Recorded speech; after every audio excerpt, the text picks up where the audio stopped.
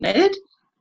Just to clarify, I'm actually not the minister there. I am the facilitator / coordinator of our visioning group, and we are lucky in that we have a rotation of ministers who do Sunday services, and I'm one of those, but we don't have a lead minister, so just clarifying that.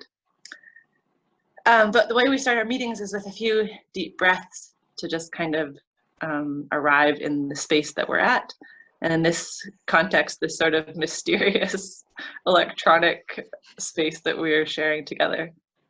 So if you'd like to join me, I'll just take a few deep breaths before I start telling about our story.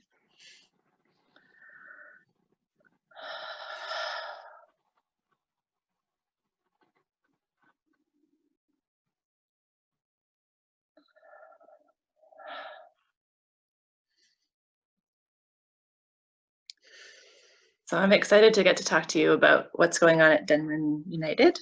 And I think it's beautiful because even though we're a small little group, our planning group is about 7 people, and our congregation ranges from 25 to, on big events, maybe 50, but we range around the 20 mark. Though we're small, I think what we're exploring has themes that are important in a much wider context. I think of it kind of like those fractal patterns like broccoli, where you have the little piece is connected to the big piece and the pattern sort of expands out.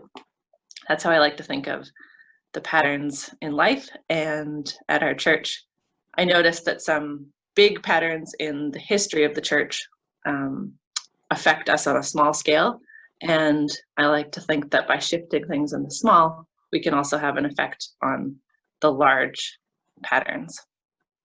So our church is part of the United Church of Canada, and people are both, I'd say, proud to be a part of that and also kind of conflicted in that the church as a whole, Christian church through history, we recognize has been a part of a lot of troublesome things, of oppression and patriarchy, the squashing of women's voices, and cultural genocide.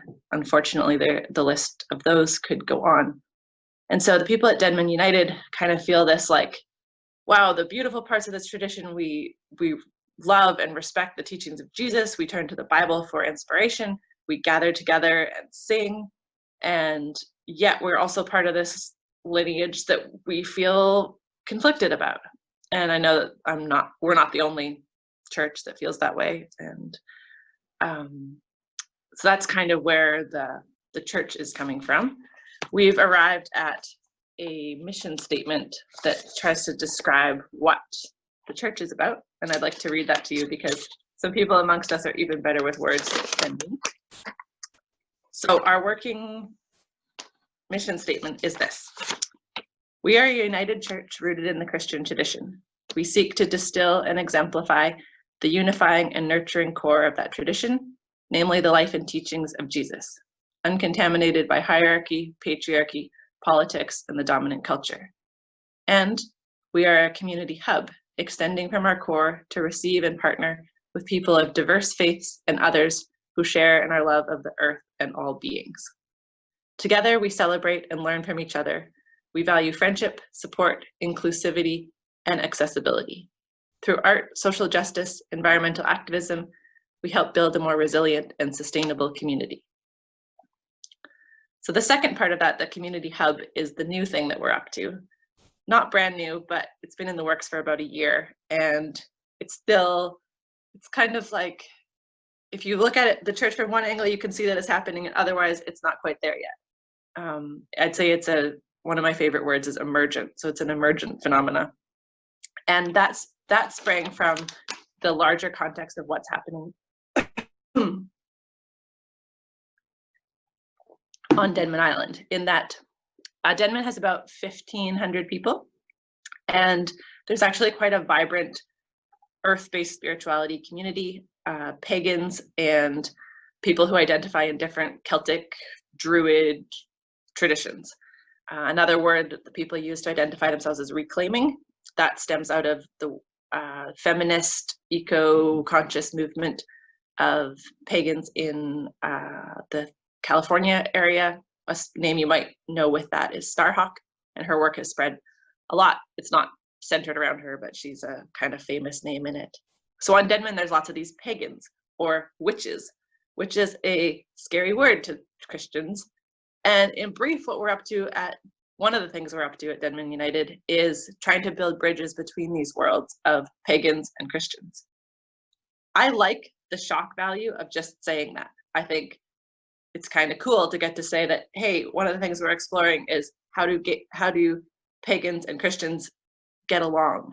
What is similar amongst them? What is language that they can use to communicate?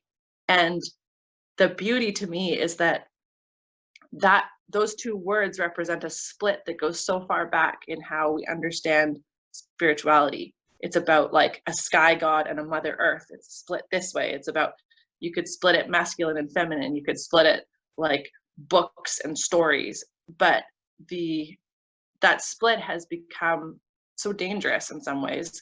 And so on the large scale, what we're trying to do is build bridges to communicate across that split. Personally, I identify with both traditions and I understand the beauty in both of them. And to get to build these bridges between those worlds is really exciting to me.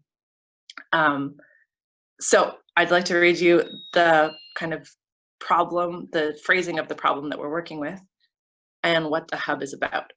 Through our hub, we enter into partnership agreements. Oh wait, back up. Many of the growing number of pagan and spiritual non-religious in our community have felt misunderstood and excluded by traditional church, with its hierarchy, dogma, and narrow interpretation of scripture. Some still carry the Western heritage wound of the pagan-Christian divide and witch persecution. They resent that the church has represented. Some want to work with our church to heal this wound. In addition, these people tend to be isolated in their celebration, practice, and work, and they have no sacred communal building to use when needed. And others want to share their earth-based wisdom now with the church and the broader community it represents, in recognition of the current threat to the natural world. So through our hub, we want to enter in partnership with these people and build bridges across that. And personally, I see so much that each group can learn from each other.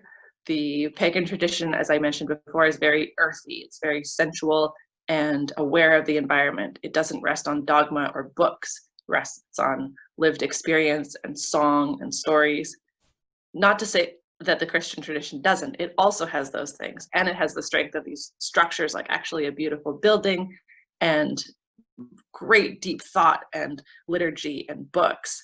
And to watch these two groups communicate and ask questions like, what's the difference between a prayer and an invocation? What's a blessing? And what do each tradition understand it as? Some of these words even, where do they come from? And to notice the celebrations that we way back in our history have shared.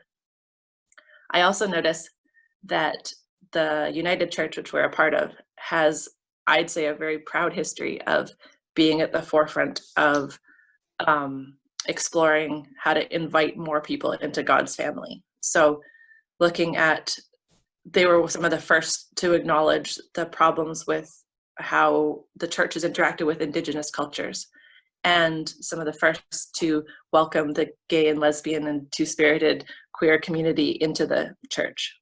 And so now I see this kind of trend continuing of how do we bridge and accept people who the church has previously not only shunned but harmed, in this case pagans, and to broaden the scope of how we understand the divine and the divine community to include these beautiful people. So actually, though it feels like the forefront of something kind of new, it also feels like we're actually continuing this lineage in the United Church, at least, of trying to continually broaden who we learn from and who we include in our worship and our spiritual practice. So that's one of the encouraging larger trends I see. How does this play out in what we're actually up to? Well, I was going to show you my day book, but I forgot it.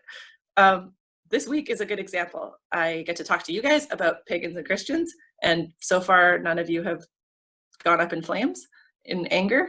You could just leave, but So my point is, the fact that I get to talk at a hub meeting about this theme is pretty beautiful to me.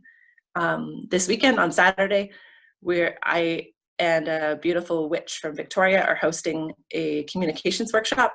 The pagan traditions have done a lot of learning around consensus-based decision-making and non-hierarchy.